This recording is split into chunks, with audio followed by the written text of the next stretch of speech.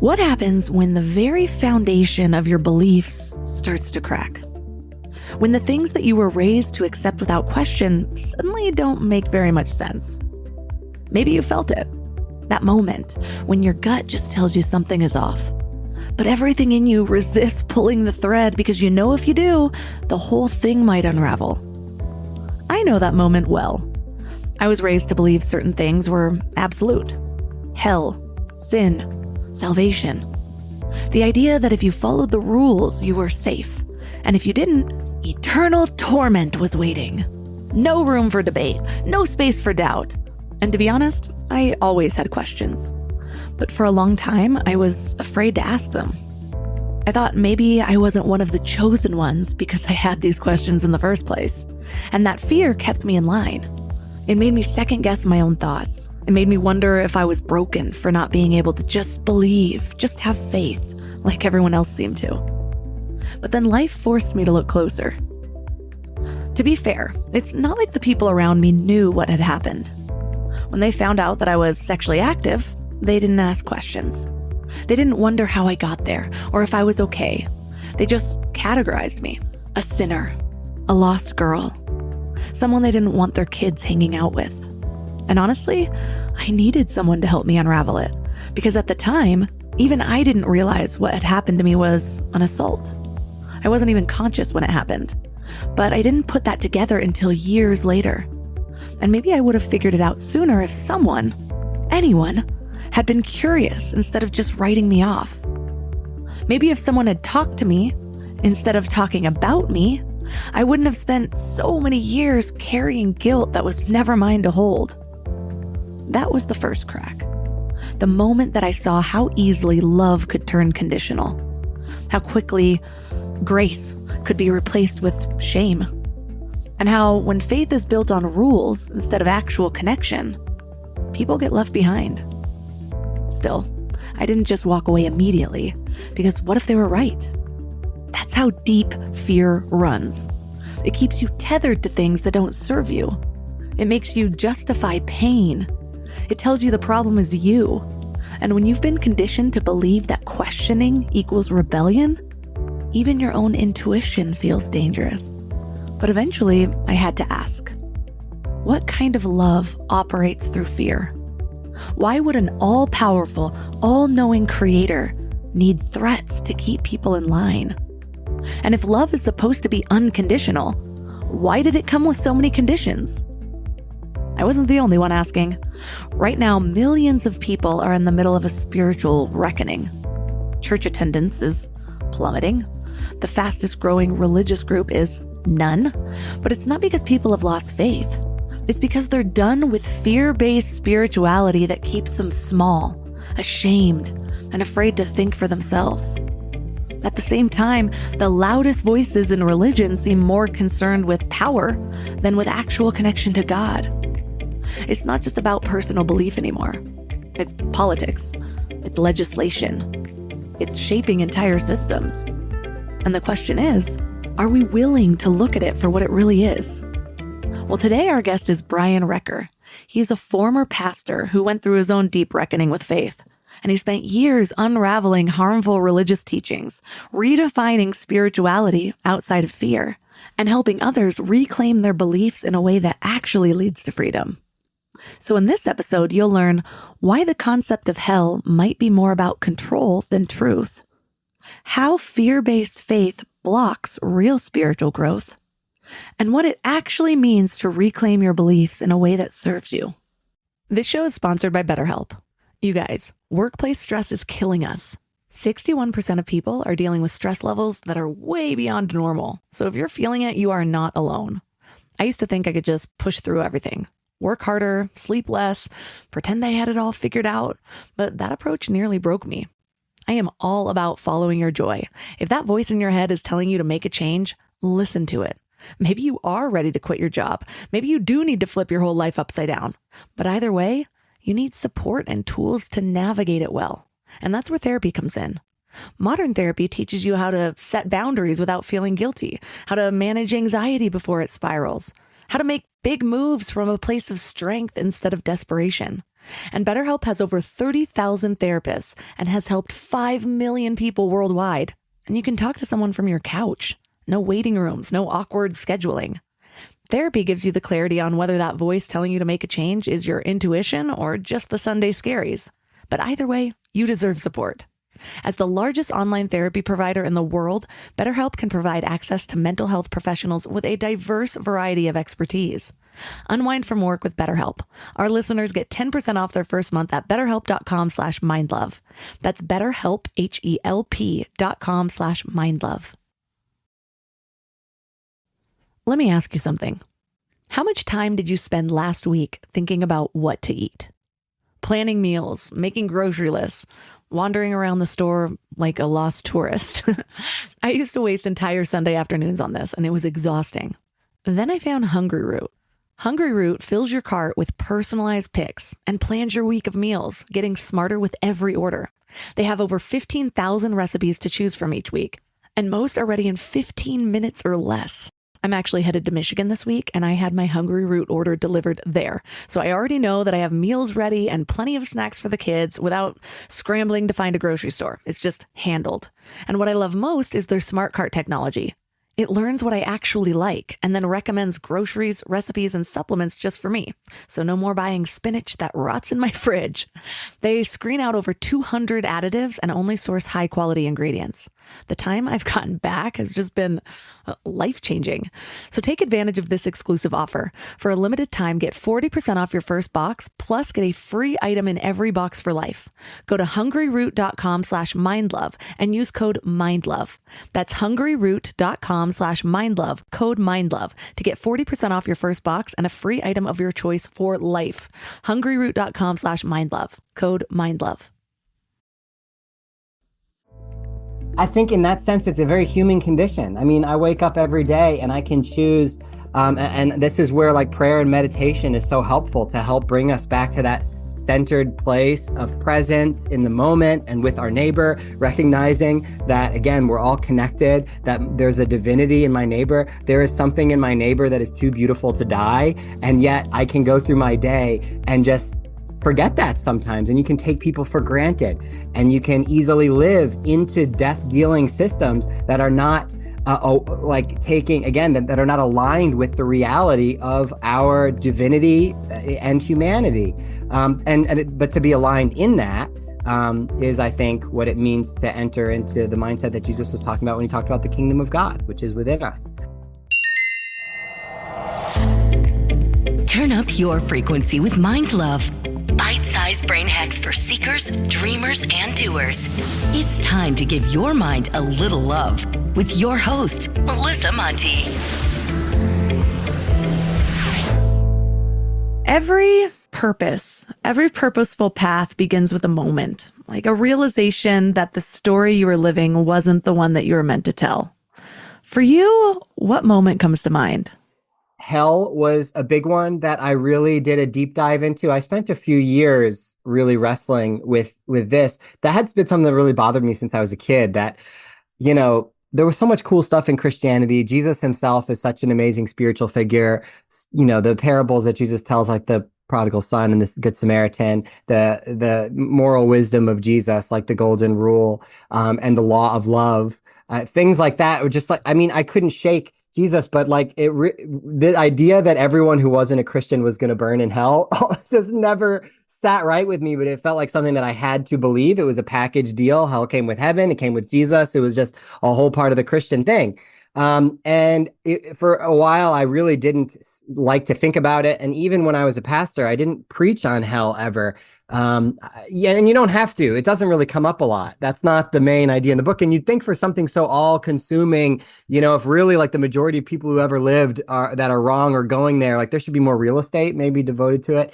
But I think, and I don't know that this was connected to the Trump thing or not, but I will say that when the moral discernment of evangelicalism, it became apparent to me that it was like just transparently empty, and they really lacked that discernment. I did have kind of this sense of what else have they been lying to me about? What else have I just been blindly sort of accepting? The blind accepting of conservatism was, I really was kind of politically thoughtless until Trump, in the sense that I was always told my whole life that to be a good person, to be a good Christian, really conservative ideals are like the right values. And, I think Trump was helpful for me in that it caused me to actually say, I can't listen to people anymore. I have to study this out for myself and really think through, using my own moral intuition, what I think about some of this stuff. And so I think I started doing that with other things. And hell was maybe the first theological thing that I wrestled with in those first few years. I was getting much more interested in a lot of different justice issues, really becoming aware of my own privilege as a straight white person, and understanding some of the various systemic oppressions that existed, which was not something that was ever talked about or that I was really aware of until I kind of had a bit of an awakening. And for a while, though, I still was content to talk about those things and wrestle those things from within evangelicalism and try to like challenge people from within.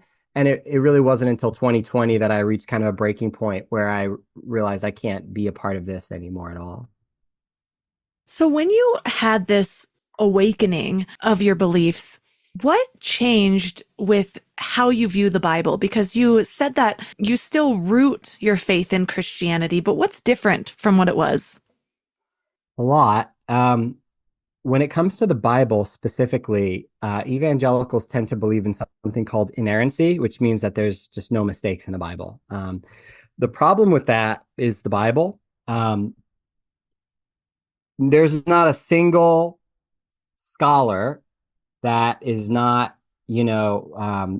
once you take out like the sense of like what dogma demands you believe, any critical Bible scholar is honest about the contradictions within the Bible. And so the Bible doesn't naturally lend itself to that belief. That's a belief that comes from dogma, not the data. And so I think that we respect the Bible best when we receive it for what it is, which is a messy, complicated book that's written over the course of 2,000 years by over 40 different authors, speaking multiple different languages, coming from multiple different cultural viewpoints. And the fact is that they're often in conversation with one another. They often are presenting differing viewpoints. And I think that one of the problems with any fundamentalist religion, and every religion has its fundamentalists.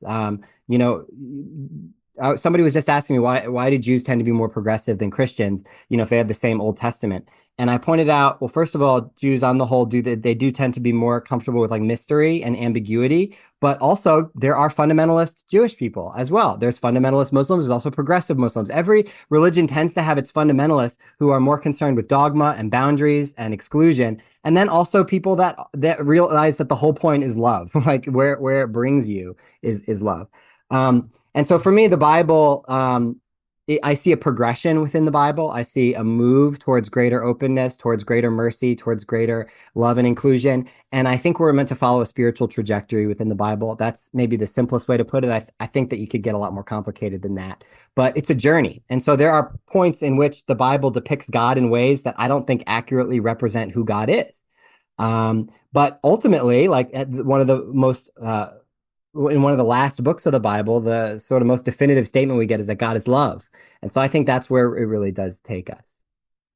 I was just having a conversation with somebody on this topic of how difficult it is to hold the fundamentalist view, whatever your religion is, and also be moving up the map of consciousness. Because even when you are sharing what you believe is the truth and what you believe is in love, if it's to save the other person from hell, you can't really do that without a threat of fear. And so how can you hold fear and love at the same time? Well, that kind of dogma, it actually twists the very meaning of love. When you believe in hell, the problem, a lot of problems with hell, but it is fundamentally alienating in the sense that if I think that I have the answers that are going to lead to heaven and you don't, so you're going to hell, then I can't really enter into a relationship of mutuality with you where like we can see some things eye to eye. I can receive from you, you can receive from me. Ultimately, I have to save you. I have to fix you. You can't really truly be a friend or a neighbor. You're a mission field. You're a project. You need to be fixed and changed and saved. And that is me loving you. Because if you are going to die and go to hell, then I could make you a sandwich. I could help you cross the street. I could give you a loan for $1,000. And if I don't ultimately, though, save your soul, like what good is any of that? What good is improving your material conditions if, that's one reason like evangelicals tend to oppose a lot of like social welfare stuff.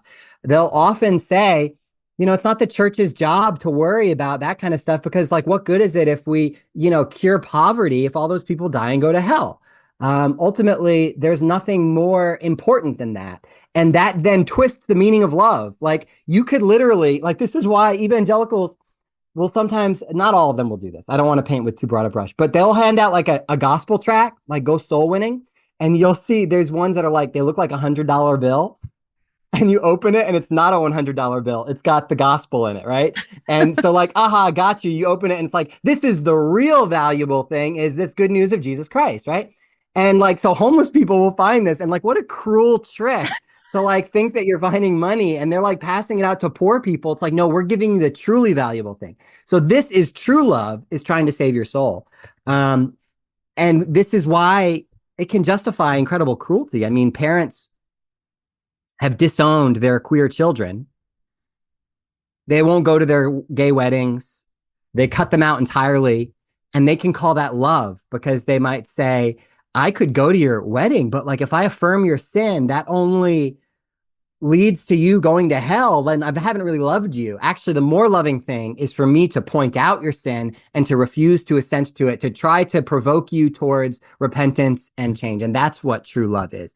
And so it makes it impossible to enter into relationships with what I think is actually love, which is really mutuality and a refusal to see somebody as a project, but actually recognizing that we're all connected. We all have something to contribute. And that I don't just need to save you. I need to be saved by you, especially if you are different from me and have a different perspective than me. I need for that to encounter me and change me. And you can't enter into that when you're a fundamentalist. One thing that changed for me was understanding the word sin. This was like a level of unraveling fear in my journey of figuring out what I believed. And when I found out that sin actually means to miss the mark, or the original Greek word means to miss the mark, suddenly all of this other understanding that I had learned from Eastern wisdom and my own path started to make more sense, because it's generally meaning out of alignment is how I view it. It's out of alignment. And if I'm going to be aligned, then I'm going to be aligned with love. And so what am I aligned with? If I'm no longer aligned with love, that to me is sin. So it's more like a separation. It's a separation from my divine nature, from my connection with God. How do you view sin?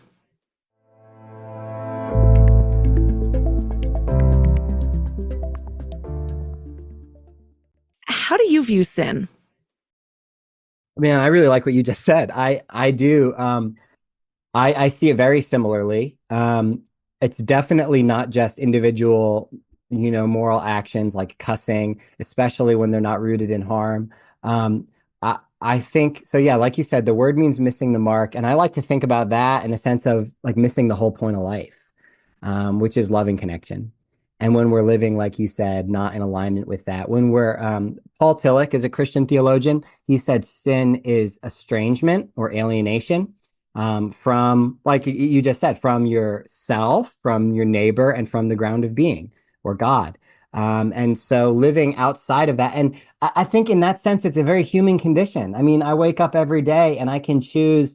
And this is where like prayer and meditation is so helpful to help bring us back to that centered place of presence in the moment and with our neighbor, recognizing that, again, we're all connected, that there's a divinity in my neighbor. There is something in my neighbor that is too beautiful to die. And yet I can go through my day and just forget that sometimes. And you can take people for granted, and you can easily live into death dealing systems that are not like taking, again, that are not aligned with the reality of our divinity and humanity.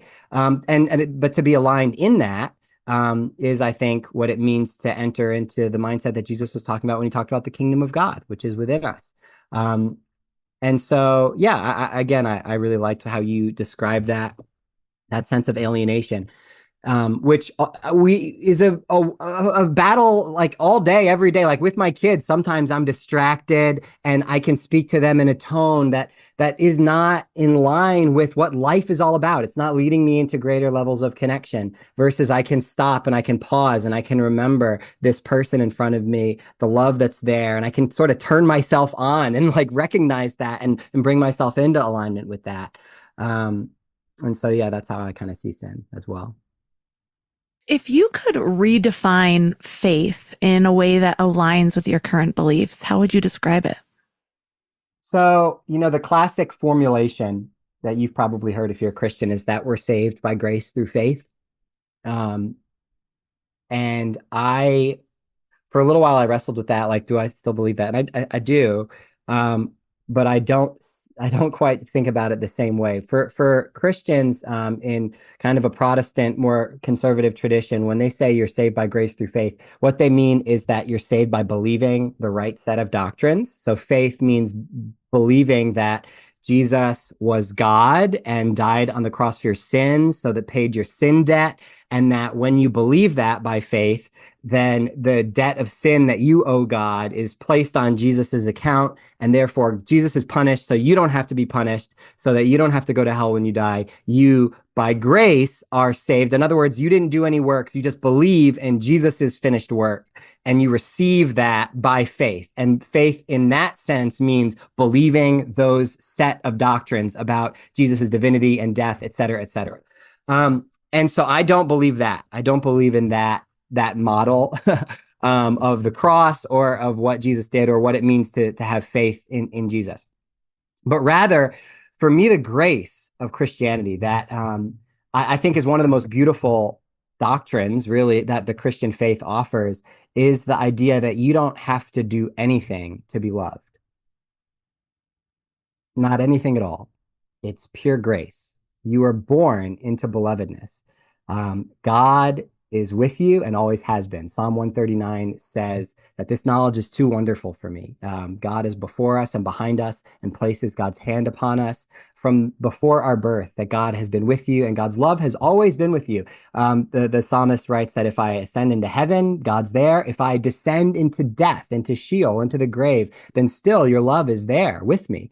And so you can't get away from it. And in other words, you don't have to become a Christian to encounter the love of God. Grace for me is pure grace, unmerited favor. It means, in other words, God's favor, God's belovedness is on you right now. If you're listening to this, I believe that God loves you and has grace for you, is with you, whether you're aware of it or not, whether you accept it or not, whether you believe it or not. You don't have to do anything to include believe certain doctrines to be loved by God. That love is inescapable. That's grace. Faith for me is believing it, is knowing it, is tasting it, is being present with that love, is allowing my heart to believe that I'm loved, is reminding myself and others that I'm loved. It is faith is grabbing hold of that grace. But the salvation that I'm talking about in this sense of being saved by faith through grace is not the salvation of if you don't believe these right things about God, then you're going to die and go to hell. This isn't about punishment. This isn't about avoiding God's punishment. This is about enjoying God's love. This is about enjoying the beauty of being human. That's a gift for all of us that we get to be here in these bodies. And one of the things that I believe it means to be human is to be loved by God and to be connected to this whole big connected thing that we're a part of as spiritual beings. And so the faith is simply it's the opposite of sin, really. It's being connected instead of being alienated. It's coming into that place of presence with the love that's always there, but just remembering it, waking up to it, being aware of it, and wanting to walk in it and have it affect the way that I live and treat others. I want it to be my words and my actions. And so that's what it means to have that faith. It's just bringing the grace that's always there. God always loves me, but I'm not always aware of it. And so faith is letting myself be aware of it. And that's really what salvation is, because salvation for me is not about avoiding hell. It's about bringing heaven on earth. It's about experiencing God's love in the here and now, in myself and outwards to others. And yeah, you have to know that you're loved in order to love. You have to experience love and be in love. And that love flows through us and into others and into the world. A Course in Miracles was very healing for me because I found, because of my upbringing in Christianity, I experienced some religious trauma through it. When I was sexually assaulted, I was sort of pushed aside in my church because I was sexually active and nobody really asked me questions. And so I had a lot of resentment towards my faith originally. So when I was going on a broader spiritual path, I found myself in this weird place of not being able to say certain terminologies. I couldn't even really say God. I had to say source or universe for me to feel any connection. And I realized that in being in that place, I was cutting myself off from something. And so I had to heal some of those wordings, and I had to be able to say God if I actually wanted to experience God, even if I was believing I was experiencing source or oneness or whatever it was. And so A Course in Miracles was a big step for me. And what I loved was the way that the book describes thinking with God. And I couldn't really understand what sin and willpower and free will and all of this, like, how did it all fit together? And what you just described there is what I understood through this. It's like, what does it mean to think with God? What does it mean to have your eyes or your mind fixed on God, and sort of filtering life through that, filtering my intuition through that, instead of just like, because people say trust your gut, but I'm sorry, if you've been following the wrong things, or if your heart's hardened, or if you're like you are in all these addictive patterns, then that voice that you're going to hear is not going to be your highest thought. It's not going to be aligned with your highest good or your purpose in this life. It's going to be aligned with whatever hit you need next to fill that addiction or to fill your ego or whatever it is. And so I love the idea of, to be fueled by yeah, fear. or fear. What is it that you're entangled in? And if you're entangled in God, your thoughts, your first instinct are going to be more aligned with God's will, versus being entangled in the ego. Then your first instinct is going to be more from the ego self. Yeah, I resonate with everything you said. I haven't read The Course in Miracles myself. I have read A Return to Love, which is Marianne Williamson's sort of exposition of it, which I really enjoyed. And so I like everything that I've kind of heard about it, but yeah, I've been a little, I have a copy, it's just so thick, and I have other things that I've read, right? But I really did resonate with what you said about God. I think that for so many people, that is an issue because we received a vision of God that was a big punishing guy, basically. That's who God is. When people think of God, they have a hard time breaking with the image of like a big, angry guy on a throne up there, out there, far away from us. I don't know if I don't know if you were traumatized in the same way as I was. If you ever read a chick track, do you know what a chick track is? No, but I'm curious. Okay, so I already mentioned gospel tracts, like that $100 bill one, but you pass out these tracts to do evangelism. Chick was a guy, Jack Chick. He was a comic artist, and he wrote these comic book little tracts that you pass out, and they were frightening, like horrifying. And almost everyone followed the similar pattern. There were dozens of them, maybe even hundreds. But basically, there's a person and they're doing some sinful thing. They receive the gospel, they reject the gospel, they die, they stand before God. And at the end of almost every chick track, you've got these people cowering before this giant glowing guy on a throne who's just basically like, you're going to hell. And so then the track concludes by basically saying, this doesn't have to be you. You know, you can get saved and go to heaven. But that was like my vision of God. The first time that I started picturing God was based on like those images in this gospel track, this big glowing guy on a throne that's basically like, get away from me. Like you're a sinner and you get away from me. And I think for a lot of people, that is the image when they hear God. It's hard to get away from, and even, Jesus was quite innovative in bringing a God of love that was not defined by wrath and judgment, but rather by love. And Jesus used the word father, Abba, which is like a very loving term for father to talk about God. But that even for a lot of us, the idea of father has been this hyper masculine word. Jesus was almost trying to do something quite subversive with that, where he was using the word father, but when he would actually describe God, he was using very tender, nurturing, concepts that almost sounded more like a mother. So it was almost like even not only using the word father, but then describing father in a new way to give us a new vision for what fatherhood could even be. But unfortunately, we kind of held on to the masculine image and left a lot of the new things that Jesus filled that image with, and really just held on to the idea that, yeah, God's definitely a big guy. I mean, he's a father. And so we have this authoritarian hierarchical vision of God, which the reason I think universe is maybe more appealing to people is we're all a part of the universe. We're all connected together. And I'm a part of the universe. You're a part of the universe. We know that like we're a part of this big connected thing. And it's not just this big angry guy. The problem with universe for me is you lose the personal element. Like a universe doesn't necessarily love you. It's kind of cold. And so I do like God still. While I think of God not as a big guy, but more like that big connected thing that we're all a part of. But one of the beautiful things about Christianity that I like is the concept of Trinity, where you have these different conceptions of God. And so you have not only like a father, which is like a distant source, but you also have a Holy Spirit that's inside of you. So God is with us and in us. Then you also have the Christ, which is the incarnate God. In other words, the God of creation, the God that takes flesh. So like every rock, every tree, like the incarnate world is glowing with the glory and grandeur of God. And so it kind of is a more comprehensive vision for God that is also very personal. So yeah, that's God is an interesting thing to talk about as well. And reclaiming that word, I don't think is that important if that is a difficult word, but I think it's a fun one to take back if you can. For sure, because you realize that words unlock, it's a vibration. It unlocks more than just the sound. And so for me, realizing I had a blockage there, it wasn't just that I didn't want the word to be stolen from me. I wanted to see what was there, what else I could experience with my understanding of the creator, everything that is, the Tao, however you want to look at it. And something about universe helped me to see that as the divine matrix.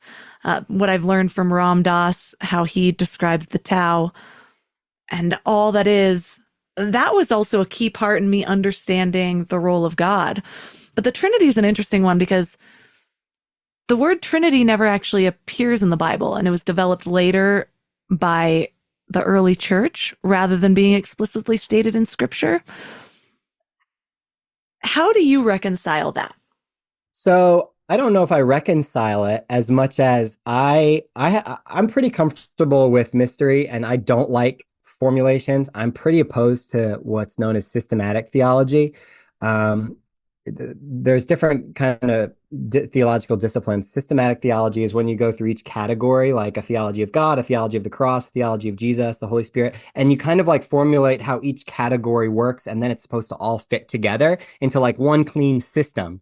But the Bible doesn't do that ever. In fact, it really defies that. And when you do that, you end up flattening things to try to force things to fit.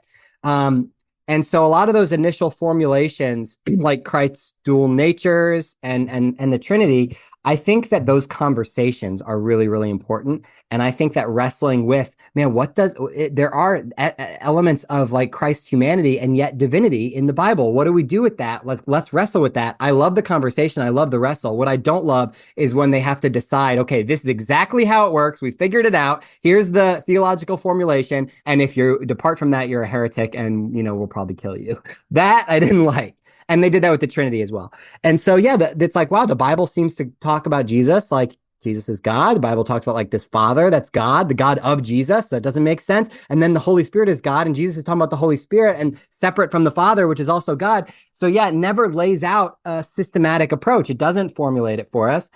And that to me, though, I love the conversations of church history. So I don't ever want to be like, oh, like the church history, they're just a bunch of dummies. They got it wrong because they just had these systems. I do think that we've often been in straitjackets because I think it's important to recognize that a lot of those formulations were enforced by violence too.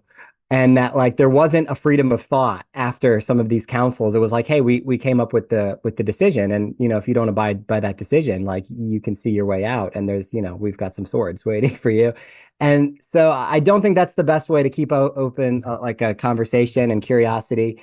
That being said, I think the Trinity has been for thousands of years Christians have gotten a lot out of it. And I personally have, I think it's as good a way of talking about the mystery of God as any. I don't think there's any perfect way of talking about the mystery of God. Um, One of my favorite descriptions of God, and I forget who said it, but he said that God is the name of the blanket that we throw over the mystery to give it a shape. In other words, whenever we're talking about God, we're talking about the things that can't really be named. And so we're just doing our best. And so if I look at the Trinity as like this is like one way of like just doing our best, then I like the Trinity. But if we're saying like this is a formula and it's the way to talk about God, and if you're not talking about God this way, you're wrong, I don't like the Trinity. So I don't know if that makes sense, if that's helpful at all.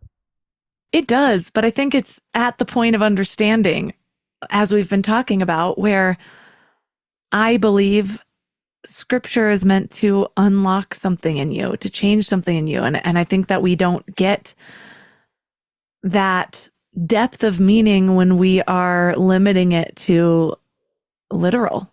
And so we lose a lot in biblical teachings or any ancient wisdom when we're just trying to take it surface value. We miss the whole spiritual transformation of it.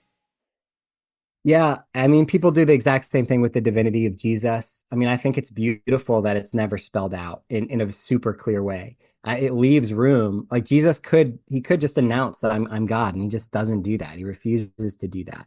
But yet, if you now, as a Christian, talk about it in any kind of mysterious or non-dogmatic way, Christians will call you a heretic. It's like, wait, why can't we talk about it the same way that they talk about it in the Bible? Why do we need to be more clear than the Bible is? That doesn't make sense. Oh, that's a good point.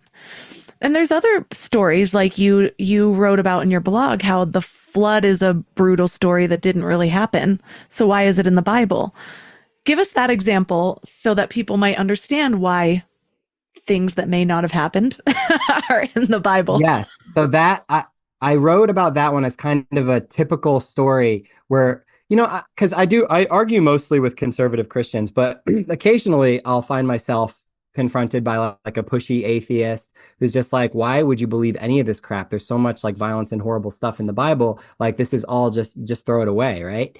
And listen, if you want to throw it away, that's fine. But I don't struggle with the fact that there's a lot in the Bible that I don't think accurately represents God.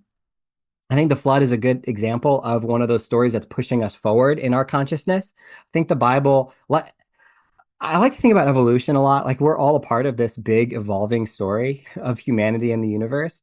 And in the Bible, we see that process. And so one of the things when I studied the flood story that's really interesting, and I don't have this data in front of me, so I might get some of the details wrong, but there were several other flood accounts in the ancient Near East that predate the flood, quite a few. And the Epic of Gilgamesh is the most famous one. The flood story is actually one of the older ones, written hundreds of years after several of these other flood stories. And in other words, most of the readers would have been somewhat familiar with some of these other epic flood stories. And it was almost like the ancient Hebrews were saying, well, here's our version of this classic myth. And so one of the things you can learn is, well, what do they do differently? What are they trying to say different about God in their story to contrast it from what other people were saying God was like? And one of the main things is that in the Epic of Gilgamesh and in several of the other, I think the Babylonian flood account, I forget what it's called, but there's like a bunch of gods fighting. And the flood is this very arbitrary thing that's not based in kind of a covenant relationship with humanity. It is more about like infighting gods. Whereas in the flood story, you have a God who is grieved at the violence of humanity. And so God, while I certainly think that flooding humanity is a very weird thing to do if you're concerned about the violence of humanity, it's like, wait, so your response was to kill all of them? Like that doesn't make sense. But what they're doing is saying like, this is a God who is concerned with who we're becoming and what's happening in the world and with people. And so God, in that story, wipes everybody out with a flood. But then on the other end of it, God seems to grieve again and says, I'm not going to do that anymore. And when God puts the rainbow in the sky for Noah, with the covenant for Noah, it says, I'm placing my bow in the sky. And that idea is the idea of like, I'm putting my bow and arrow, my war bow, I'm hanging it up. In other words, I don't need this weapon of violence anymore. That rainbow is supposed to symbolize essentially God's his warring weapon. And it's like, I don't need that. That was not the best approach. Okay, the violence in the world is a problem, but God does a growth in that story where on the other end of it, God's basically saying wiping out humanity is not the solution to violence. I'm going to put the war bow away. So I don't think that actually happened, but I think this is a mythological story where they're saying something about God, that God is not a violent, capricious God who's going to wipe out humanity. And so I don't think that every time the God character in the Bible does something that we need to put that in our theology of God and say that's what God is like. Actually, sometimes it's actually showing us what God is not like. And so I don't know that I believe God actually did that growth in real life. I think that we did that growth in our consciousness. We recognized that violence, that was not the way. And in that sense, we're able to say, oh, that's not who God is. And so our vision of God grew a little bit when we move away from those capricious and violent images of God. So that's my best summary of that one without consulting my notes. I don't know if that makes sense, but I think the Bible does that over and over again. And I would say, like, when people like point out the genocide of the Canaanites, I don't think that God commanded genocide. I think that is evidence of, yes, when you are a tribal people, you often think God is on your side, and that justifies all kinds of atrocities. And we know that that's how religion works. But I don't believe that that's who God is. And we get other glimpses later on in the story that tell us that that's not who God is. I'm reminded of, I recently interviewed or a former priest, sort of still a priest, Sean O'Leary, but he wrote a book called Setting God Free from the Caricature We've Created in Our Own Minds. And so he makes the argument, you would love this book. He actually goes through the entire Old Testament in the first half of his book. And he does it, he sets the stage in a way like it's a court case, like people fighting for God and against God, but like bringing you to a conclusion. It's really a cool way to do it. But he basically makes the argument that you can see the mindset of humanity through the depiction of God in the Bible. And so that's why God is supposedly willing to do these atrocious things. That's the time they were living in. Those are the punishments they were used to being given. And so if that's how God is depicted back then, and we don't depict anything like that anymore, is it that God has evolved, or is it just that we are creating a caricature of God through our limiting understanding of what our brain can actually comprehend of the infinite? Absolutely. Yeah, I think what you believe about God says a lot more about you than it says about God. Which is why, many theologians have said what you believe about God is the most important thing about you. And I used to push back against that because to me, that always made it sound like, oh, if you don't believe the right things about God, you're screwed, you're going to be punished, you're going to go to hell. I don't believe that anymore, but I do believe that what you believe about God is very important, because if you believe God is love, you think love is ultimate. If you think God is punishment, then you think punishment is ultimate. Like, you think your rigid dogmas are ultimate. Like, I do think that you become what you worship. Mm. What do you think the church as an institution gets most right, and what do you think it gets most wrong? I think that as people have deconstructed and left the church, we are lacking in many ways meaning and community. And the church does often provide meaning and community. I think there's a lot of issues with the way that it does those things. So I don't know that I could say that it gets those things exactly right, but I do know that it's as good as most things at providing those things. Like I haven't found a lot better, richer communities. The problem is there were so many boundaries. It's community with an asterisk. If you didn't fit this particular mold, then you couldn't be a part of it, right? That being said, I think people do struggle to replicate the kind of meaning making and the community that they received in church once they've left at the church. Our society doesn't really provide that very well. Most people are pretty lonely. And so I do think that in our spiritual communities and just really in the world, we need to build those things. I do think that, I talked before about how the evangelical church doesn't tend to center justice issues. On an individual level, though, churches tend to be very generous in their local communities. They do tend to be pouring into their communities with food banks and various, like most churches, if a person, behind on their electric bill or their rent or their water bill goes in, most churches have a benevolence thing and they try to help people with stuff like that.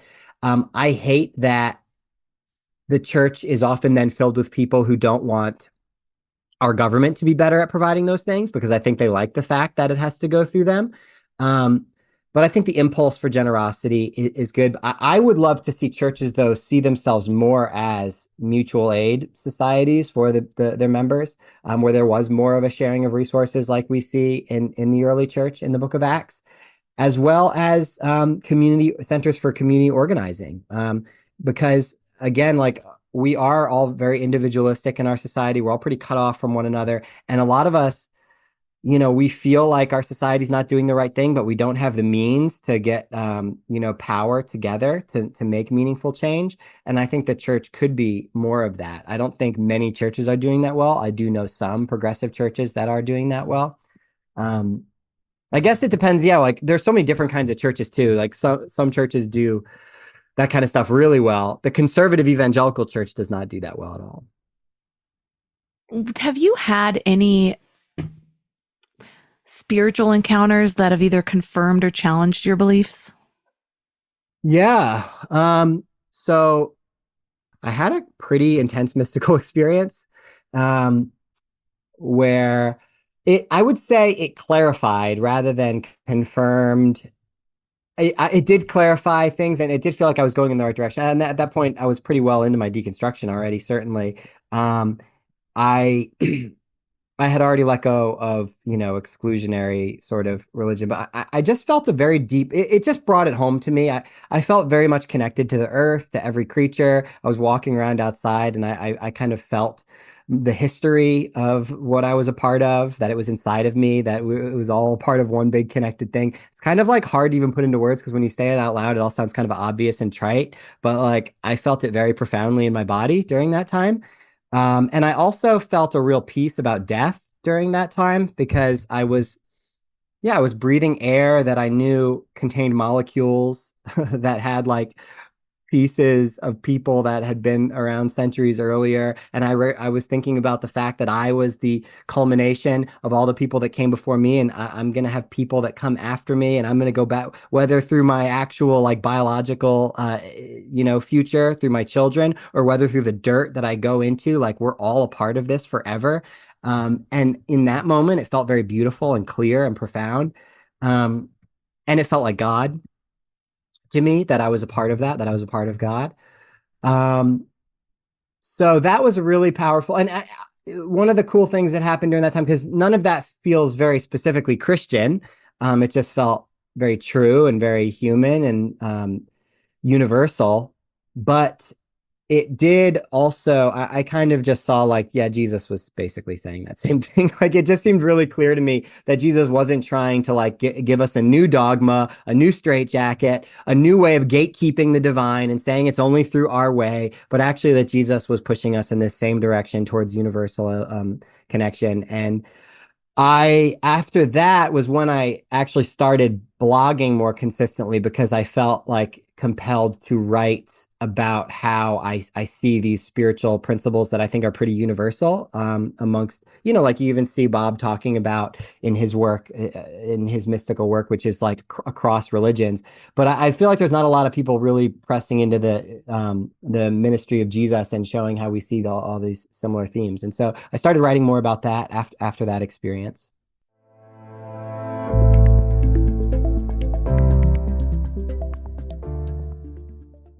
What keeps you with not attached, but aligned with Christianity as the root of your faith rather than going more potentially more broad like Bob Peck did?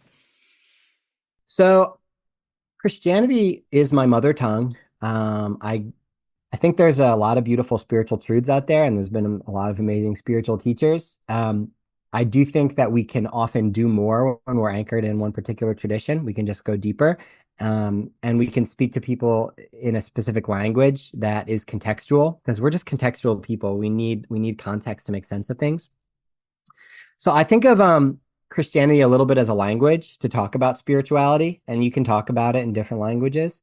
But it's the language that I learned and that I know best. And so I could like work hard to learn other languages, and that would be fine, and that would be totally a possible, meaningful direction to go down.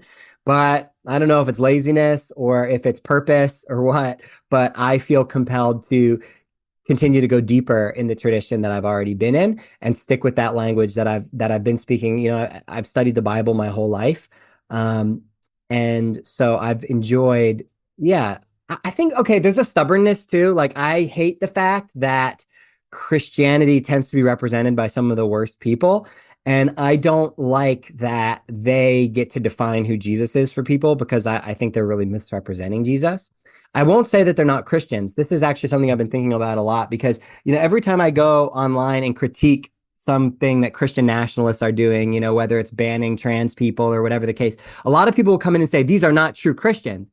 And I understand what they're saying. What they're saying is these people are not representing Jesus well. And I agree with that. But I think we have to acknowledge that actually, if you look at Christian history, a lot of bad things have been done in the name of Christianity, to include genocide and colonization and crusades and inquisitions, and all of that stuff is Christianity. I can't say like, well, those weren't real Christians, those weren't real Christians, those weren't real Christians. You'd have to do that with just about everybody. And so I am acknowledging that I'm a part of a tradition that has done a lot of bad shit.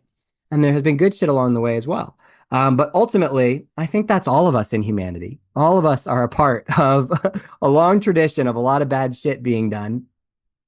For me, the reason I'm still a Christian is because I do think it would be a net good if Christians were better than they are. And so, in other words, there's already 2.5 billion Christians in the world. Unfortunately, many of them think that being a Christian means believing certain things about Jesus so that they can go to heaven instead of hell when they die. I don't think that's what Christianity is. I think Christianity is in following the way, the spirituality of Jesus, which leads us into deeper love. And I think if 2.5 billion people were imitating the spirituality of Jesus, leading them into deeper love, that would be a net positive for the world.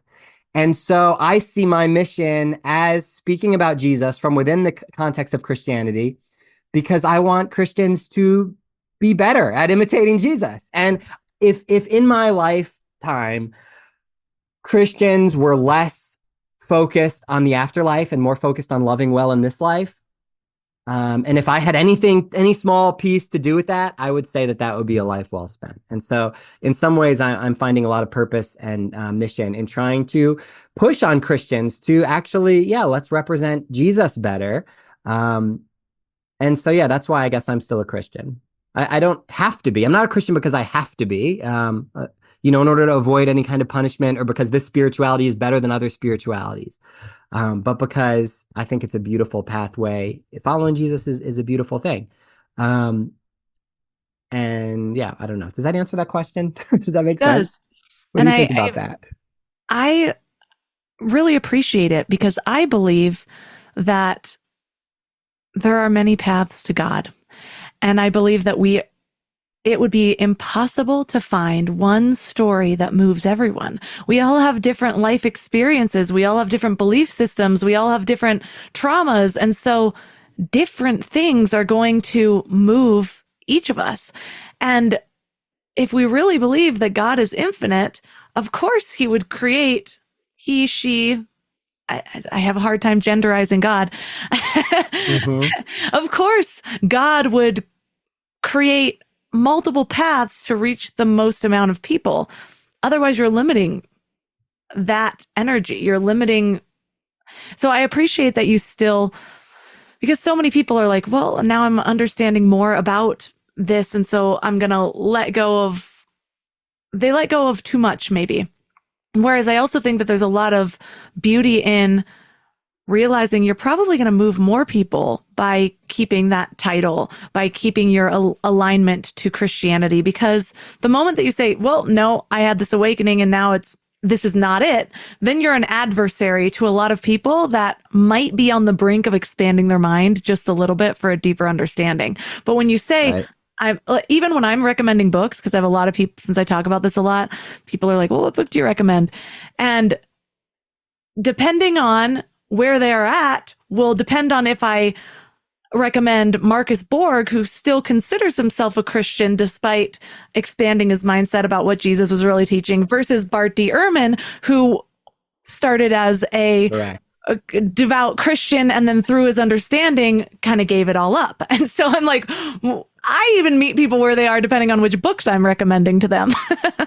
That's it exactly. And I am speaking to people. And so that's it's the language that I'm using this language still because of the context that I'm talking to. And I'm finding favor, and grace in that context. Like I'm finding that I'm helping people in that sense. And if I were to abandon that language and say, okay, I'm not a Christian anymore because I don't believe in these particular theological formulations in the way of historic Christianity, that to me is ceding too much because I think that nobody gets to decide. Christians have always disagreed about this stuff. There's never been one official position on anything, actually.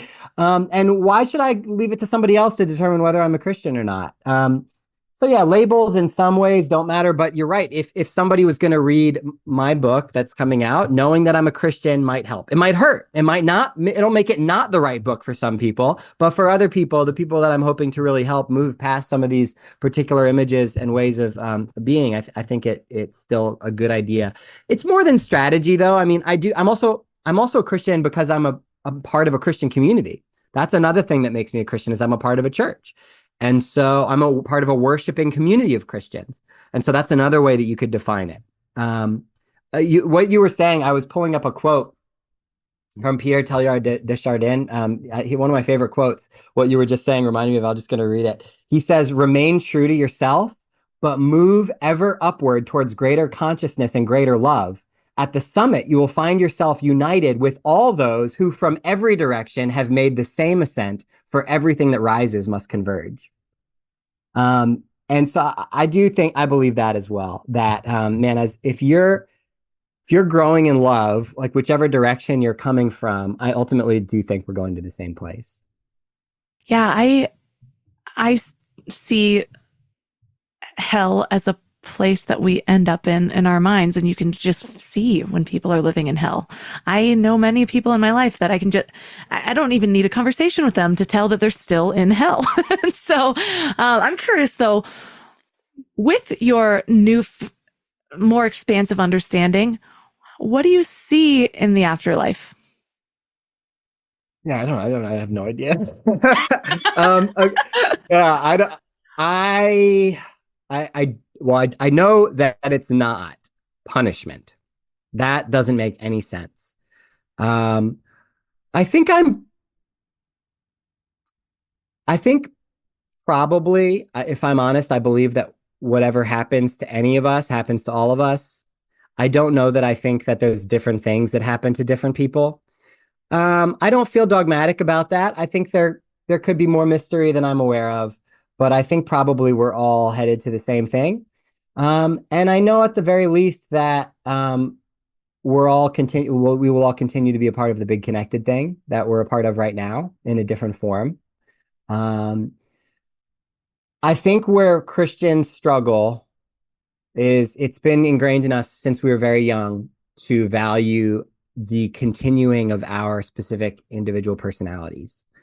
And so that is a challenging thing to let go of the idea of will my specific personality continue and the specific personalities of my loved ones for me to encounter in some very individual, personal way.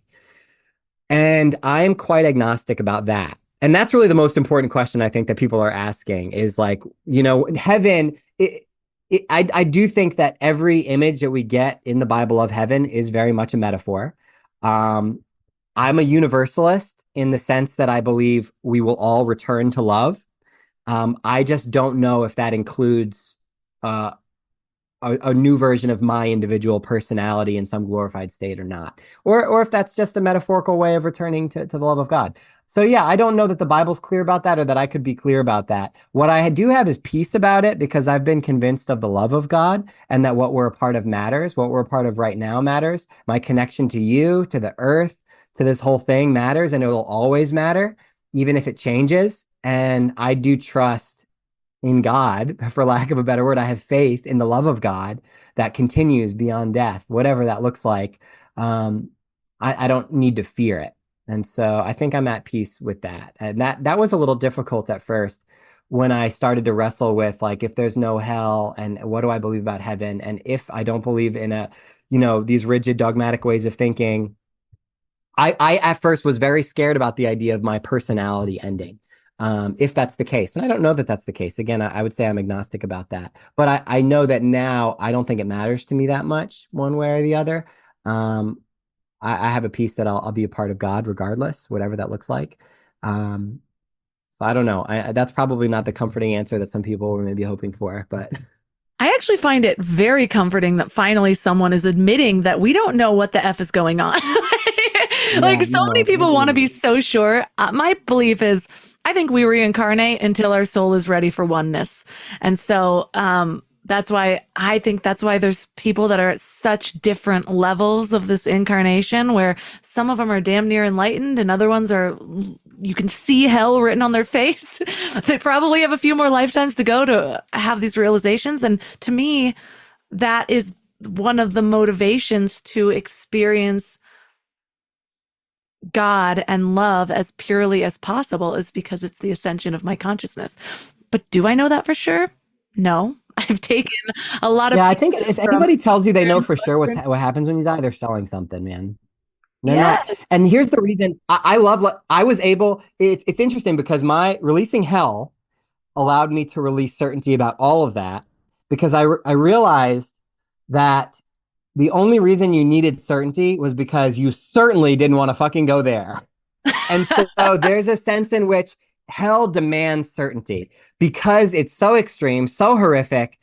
You have to have a manufactured certainty because there's no real certainty. Nobody really knows. Nobody actually knows. They're manufacturing certainty to protect themselves from the frightening idea that they might suffer in that way. But once you realize that this whole thing is not about avoiding punishment, it's about growing in love, then you are free not to know. And you're free to not say, like, well, do I have to believe the right thing? Am I believing the right thing? What if I'm believing the wrong thing? Oh, well, it's okay because, hey, even if you're believing the wrong thing, you're not going to be punished for it, right? So maybe a better question is, are you believing the loving thing? Yes. And so that's where I go with it. It's funny too. One of the things that I've said over the years is I can't imagine devoting my entire life to a system of faith without questioning as much as possible. When oftentimes those systems of faith sort of demand that you don't question.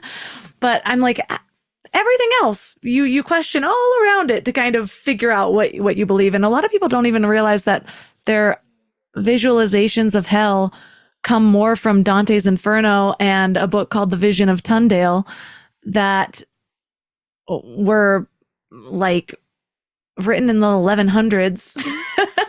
And people just think that they're in the Bible and they're actually not. And it's funny the amount of conversations I've had with people where I'm like, oh, that's not in your Bible. And they're like, wait, what? Like they don't realize Well, that when the I first went deep on conversation. hell, I was really like, it was a mind fuck. I was like, how like are we not all like nobody wants to believe this. So like why are we all believing this if it's not even clear in scripture? Like what are we doing here? And that really was I mean that was the first domino that kind of fell in my deconstruction. And I think it's a really essential one for people to take apart because it does keep people from even questioning the other parts of it because that really keeps the fear in place. And so that's why I wrote my book actually, which comes out in October, which is called Hellbent, how a fear of hell holds Christians back from a spirituality of love, where I help people not only deconstruct hell, but everything that comes with it, because that really does corrupt, like I was talking about, it alienates us from our neighbors. It causes us to approach relationships all wrong. It causes us to approach God all wrong as a punisher rather than as love. It causes us to see ourselves wrong as like as worthy of going to hell from birth. And that gives us a twisted spirituality. So a lot of us don't even know how to throw away hell because we learned an entire spirituality based on that. And so the way we view ourselves, other people, and God is all rooted in that punishment framework. And so I'm my hope with the book, which hopefully will be one that maybe you'll recommend to people as well. I do quote Marcus Borg a lot. He's one of my faves. Is to help people move past that grid of punishment and embrace a spirituality that is rooted in love. And it can be anchored within the Christian story, but it's not actually necessary to do that. I find it interesting how so many people's deconstruction began with actually sitting with the idea of hell for a little bit longer than you have before. And it makes so much sense too if you actually think about like David Hawkins' map of consciousness. Hell is one of those low vibrational, or fear is one of those low vibrational energies, emotions. And so if you're sitting there and you're basing, and so much of your anchor for your faith is around this very fear driven part of it, how much higher can you go at the same time? It's like you're always holding both at the same simultaneously. Yeah, for me, it was so integral to my spirituality that it was hard to. I mean, I think that when I was honest with it, it was like my whole relationship with God in some ways was rooted in fear and guilt, really. I was also just guilty that I wasn't so I was a fundamentalist growing up. I actually becoming an evangelical was actually my first step of deconstruction, even before the hell thing. I grew up as a fundamentalist where evangelicals were seen as actually quite liberal. I went to Bob Jones University. My dad is an independent fundamental Baptist, King James only, fire and brimstone, not even any rock and roll music in the church because that was like liberal, like piano only, like super strict. And hell was so foundational for us. And we were always not only being told to be afraid of hell, but also being made to feel guilty that we weren't constantly trying to rescue other people from hell. And so that was really like our whole spirituality was not going to hell ourselves and trying to save everybody else. Um, and I think that even though most people in most like more like, kind of contemporary evangelical churches, they're not talking about hell every Sunday, but it's still the story of God that they're receiving.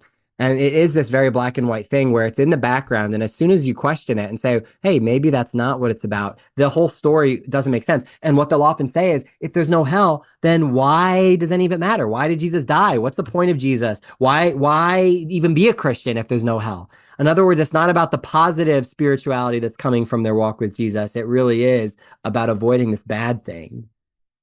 Well, you've given us so much to think about, and I love leaving one thing for my listeners to either sit with or do for the week to bring it all into their reality. What would you leave them with? Man, it really just depends on where people are coming from. Um, I would imagine most people listening to this are probably not dogmatic, fear-based, fundamentalist or evangelical Christians. Um, I wonder, I mean, maybe, you talked a little bit about like reclaiming God. I imagine quite a few people do have Christianity in their background, and maybe they're not sure what to do with it anymore.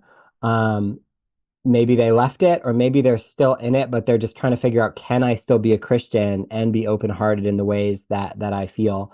Um, and I think just yeah, I would give you a lot of permission to reclaim whatever you want to reclaim and don't feel any pressure to reclaim anything because it's not better to still say you're a Christian or to not still say you're a Christian. One of those is not morally superior to the other. One doesn't make you more spiritual than the other.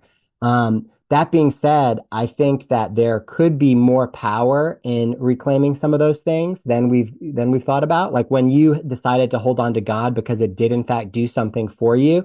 I think you're glad that you get to keep. They didn't get to take that from you, and so I would just say like some of us have like let go of things not because those things couldn't possibly serve us, but because we've like kind of let the worst versions of Christians rob those things of us. And, you know, I would say that Jesus is so much bigger than most of the forms of Christianity than that we've encountered that it would make me sad if Jesus was fully robbed from you. And not that you have to call yourself a follower of Jesus or even a Christian, but if your version of Jesus has been fully defined by, the worst kinds of Christians, I think it's just worth knowing that Jesus wasn't like that and that there could still be something there worth reclaiming in a lot of these concepts. Don't let people steal them from you if you can still get something out of them. And so maybe that's worth considering is like, what can I reclaim? And would there be joy in that? That's a good one. I like to think of things as an activation.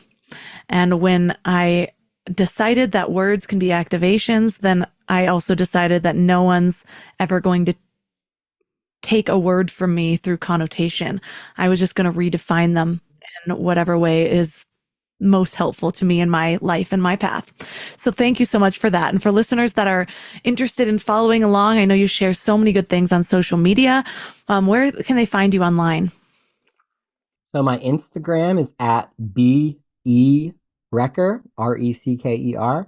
And my Substack, where I write just about weekly. And the majority of what I do is lately I've been writing meditations going through the life and ministry and teachings of Jesus, showing how he was pointing us towards a universalist, inclusive, liberative, connection-based, love-based spirituality. And so if that sounds interesting to you, kind of reclaiming some of that Jesus stuff, my Substack is called Beloved, and I believe the URL is brianrecker.substack.com. And so you could follow me there as well. And be on the lookout in October 2025, my book Hellbent comes out. And so that could be helpful for some of you trying to leave behind some fear-based, punishment-centered versions of Christianity. All the links from this episode will be at mindlove.com/392. Your challenge for this week is to take a closer look at the story you've been living on, especially the ones you never chose, the ones handed to you, the ones you absorbed before you even knew to question them. Maybe it's the belief that you have to follow certain rules to be worthy of love. Maybe it's the idea that questioning is dangerous, or that if you don't believe the right thing, you're lost. Maybe it's a story about who you are, based on someone else's judgment of you. Whatever it is, this week, I want you to put it under the microscope. Because if you don't examine the story that's running your life, you will keep playing it out, whether or not it serves you. That's why I created The Story Alchemist. And I swear, this tool feels like magic. This is an AI-powered tool that I created on my own. I bet you didn't know I was that much of a geek, or maybe you do. But this tool is going to help you rewrite a piece of your narrative, one that still shapes how you see yourself, even if you know deep down that it's not the full truth. So here's how it works.